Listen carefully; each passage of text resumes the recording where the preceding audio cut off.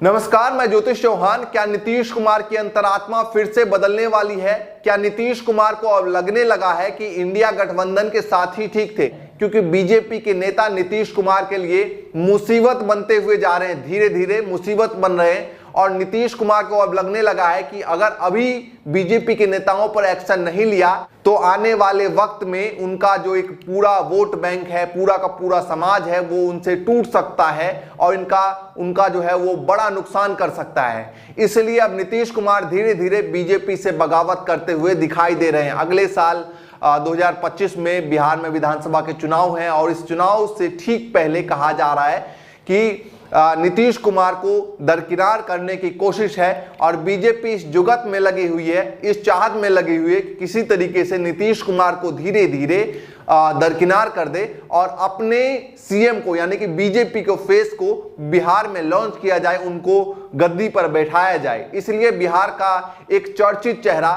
गिरिराज सिंह, जो इन दिनों चर्चा में बने हुए हैं और अपने बयान को लेकर हमेशा ही चर्चाओं में बने रहते हैं, वो बिहार में इस वक्त हिंदू स्वाभिमान यात्रा निकाल रहे हैं और वही यात्रा नीतीश कुमार के गले की फांस बन चुकी है।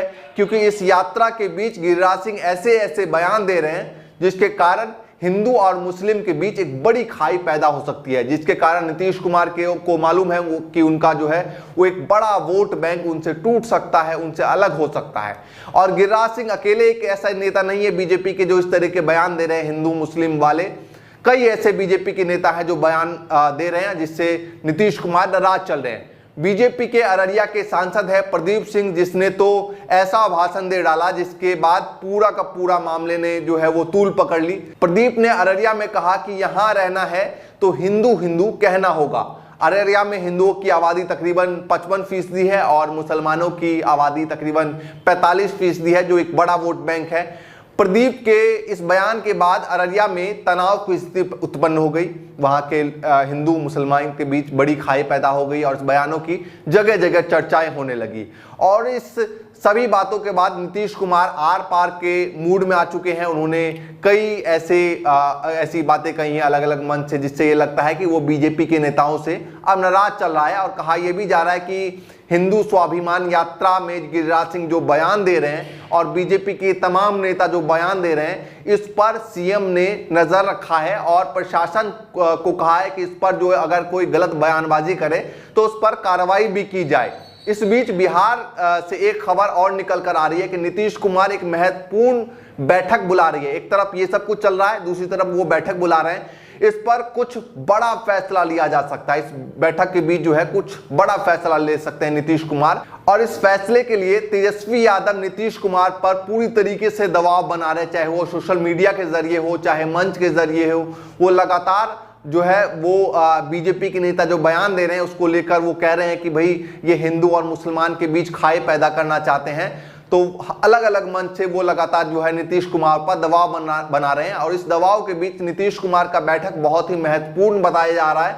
और नीतीश कुमार क्या फैसला लेने वाले हैं, क्या एनडीए को छोड़ने वाले हैं कि या फिर बीजेपी से आर पार करने के मूड में है नीतीश कुमार? क्योंकि वो नीतीश कुमार हैं, कहीं भी कभी भी कैसे भी पलटी मार सकते हैं, बदल सकते हैं। कभी भी उनकी जो अंतरात्मा है वो जाग सकती है, वो कभी भी मोदी जी को झटका दे सकते हैं। इस बीच आपको याद होगा आरजेडी की जो सांसद हैं मीसा भारती, उन्होंने कहा था कि जब भी नीतीश कुमार कहे कि हम यहाँ पर ठीक हैं, एनडीए के साथ खुश हैं, इंडिया के साथ हम नहीं जाने वाले, उस वक्त आप समझ जाइए कि उनके बीच जो है वो संशय की उनके मन में जो है वो संशय चल रहा है, वो कभी भी पलटी मार सकते हैं। और हाल ही में आपको याद होगा कि वो 2 बार इस बयान को दे चुके हैं, एक बार एक मंच से, दूसरी बार जेपी नड्डा के सामने बोल चुके हैं कि हम एनडीए के साथ ही रहेंगे।